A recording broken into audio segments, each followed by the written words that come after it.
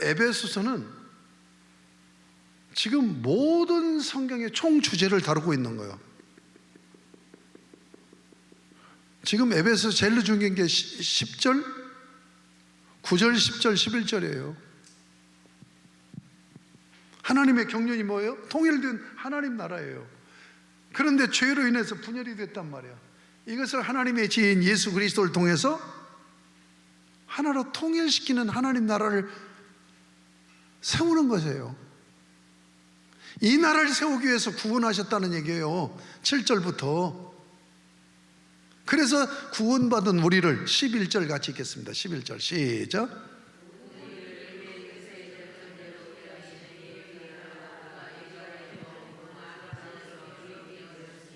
여기 뭐 단어 하나하나를 설명해야 되는데 그냥 넘어갈게요. 여기 그냥 쉽게 얘기해서 작정을 얘기하는 거예요. 하나님께서 작정하셨다는 얘기를 하는 거예요. 여기서 중요한 건 기업이라는 개념이에요. 구원받은 우리를, 그러니까 통일된 하나님 나라를 세우기 위해서 구원받은 우리를 구원해 놓고 끝난 것이 아니라 자기의 기업으로 삼았다는 얘기예요. 여기 19가 보면은 하나님의 우주적 비전과 클렐로노미아라고 하는 이 단어가 기업이라는 단어예요. 하나님의 우주적 비전을 실현하는 방식으로 예수 그리스도로 구원받은 우리를 뭐예요? 기업으로 가지셨다 하는 얘기예요. 자, 여러분에게 다시 질문합니다. 에베소는 무슨 성경이라고요? 에베소가 무슨 성경이에요? 에? 에? 에베소가 뭘 얘기하는 성경이라고? 주님의 몸 된 교회를 얘기한다고 그랬잖아요. 자, 여기서 잘 생각해 봐야 돼요. 여러분, 하나님 나라를 이루는 도구로 교회를 세운 거예요. 교회로 하나님 나라를 이루어가는 거예요. 그러면 11절에 기업이라는 말을 쓰면 안 되죠. 교회라고 써야 되죠. 예수 그리스도로 구원받은 우리를 자기의 몸된 교회로 삼으셔서 통일된 하나님 나라를 실현하려고 하신다라고 돼야 된단 말이에요. 그 말이 맞죠? 제가 얘기하는 얘기가. 그런데 교회 대신 뭘 썼어요? 기업이라는 말을 썼단 말이에요. 왜 그랬을까 하는 거예요. 그러니까 주님의 몸된 교회를 에베소서는 기업이라는 개념으로부터 설명을 하고 있단 말이에요. 그러니까 기업 뭐예요? 동일한 게 뭐예요? 교회죠. 교회와 기업이라는 것이 동일한 개념이란 말이에요. 그런데 우리가 생각한다면 하나님이 우주적 비전인 하나님 나라 세우기 위해서 우리를 구원하셔서 구원하는 것으로 끝나지 않고 자기의 몸된 교회를 세워서 이 교회로 그 일을 이루신다고 얘기를 하면 되는데 왜 기업이라는 개념으로 시작을 하고 있느냐는 얘기예요. 교회를 기업이라는 개념으로 설명하고 있는 것이 에베소서란 말이에요. 이 기업이라는 개념은 무슨 개념이에요? 클렐로노미아라고 하는 이 헬라어 개념이 아니에요. 헬라어로 번역한 개념이에요. 이 기업은 구약의 용어입니다. 그러니까 구약과 신약을 지금 오늘 주님의 몸된 교회를 설명할 때 구약과 신약을 연결시키기 위해서 교회 대신 기업이라는 용어를 썼단 말이에요.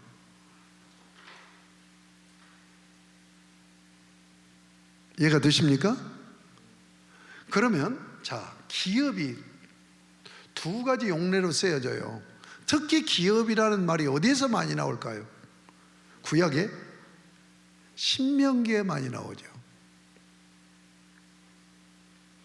신명기에서 기업을 왜 많이 얘기하는 줄 알아요? 가나안 땅을 너희에게 기업으로 상속해 준다는 얘기예요. 이건 상속이라는 얘기고 제비뽑기, 목 이런 뜻을 가지고 있어요.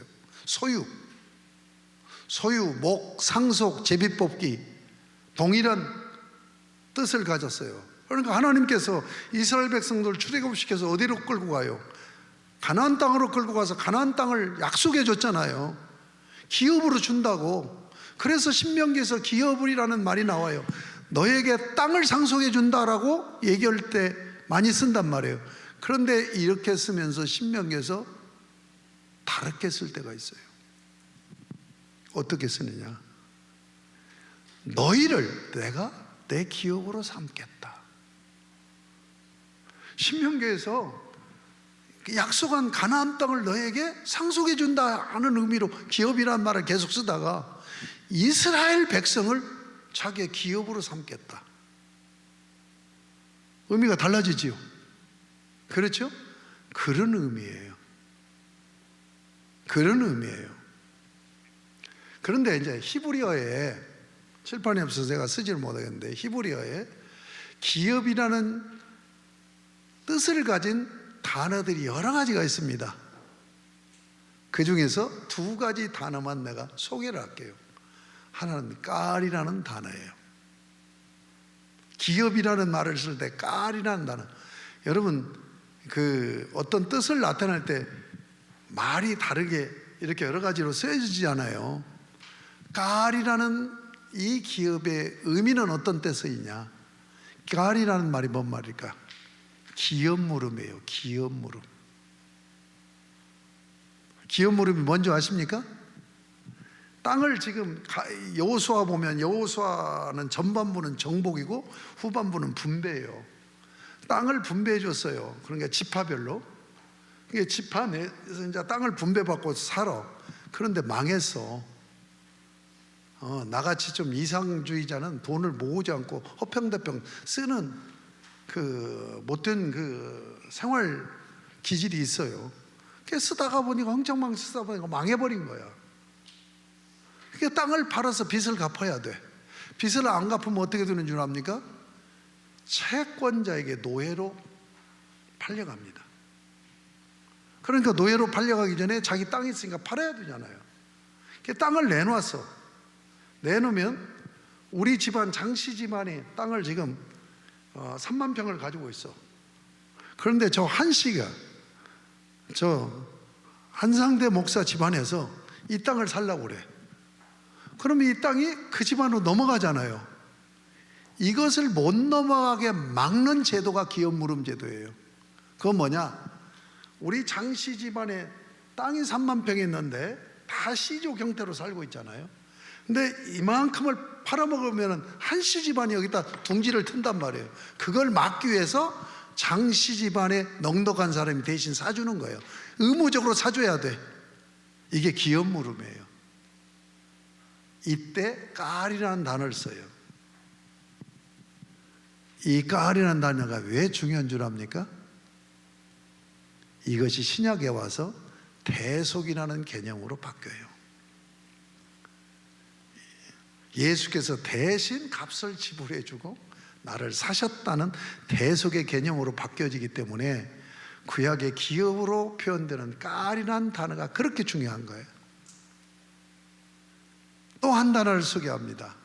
세귤라라는 단어예요. 여러분 그 교재 보세요. 52쪽 19가 뒷변 보라고요. 박스 안에 있는 거 읽어보겠습니다. 박스 안에 시작. 에베소에서 바울은 하나님 나라를 실현하는 보편적인 교회를 밝히면서 구속사적인 전개로 출애굽기 19장 5절에 기업과 연계하여 새 언약 백성으로서 교회를 말하고 있다. 여기 지금 잘 알아볼 수 없는 글자가 히브리어예요. 이게 세귤라라는 말이에요. 이게 기업이라는 말이에요. 소유라는 말이에요. 이게 어디에 나와요? 출애굽기 19장 5절 6절에 나와요. 출애굽기 19장 5절 6절은 뭘까요? 공부했잖아요. 구약 공부 다 까먹었지. 내년에 다시 또 재수 강의해야 되겠어. 여러분들은 졸업 못하고 평생 갈 것 같아. 마지막 이게 저 구두로 시험 받고 전부 낙제시켜가지고 출애굽기 19장 5절 6절이 구약의 핵심 요절이라고 내가 말씀드리고 이거 암송해야 된다라고 얘기했죠. 제가 암송합니다. 세계가 다 내게 속하였나니 그러므로 너희가 내 말을 잘 듣고 내 언약을 지키면 너희는 모든 민족 중에서 내 소유가 되겠고, 소유, 기업, 세귤라예요. 너희는 내게 대하여 제사장 나라가 되며 거룩한 백성이 되리라. 이게 시내산 언약을 세우신 목적이에요. 언약을 맺어서 이스라엘 나라를 왜 세웠느냐? 세계가 다 내게 속하 있는데 이것들이 말 안 듣고 언약을 깨버렸어. 그래서 너희를 택해서 너희를 언약을 맺으니까 내 말을 잘 듣고 내 언약을 지키면 모든 민족 중에서 세귤라, 기업으로 내가 삼겠다, 소유로 삼겠다. 그래서 세계를 구원하기 위해서 너희를 쓰기 위해서 제사장 나라, 거룩한 백성으로 세우겠다. 아멘. 그러니까 세귤라는 뭐냐?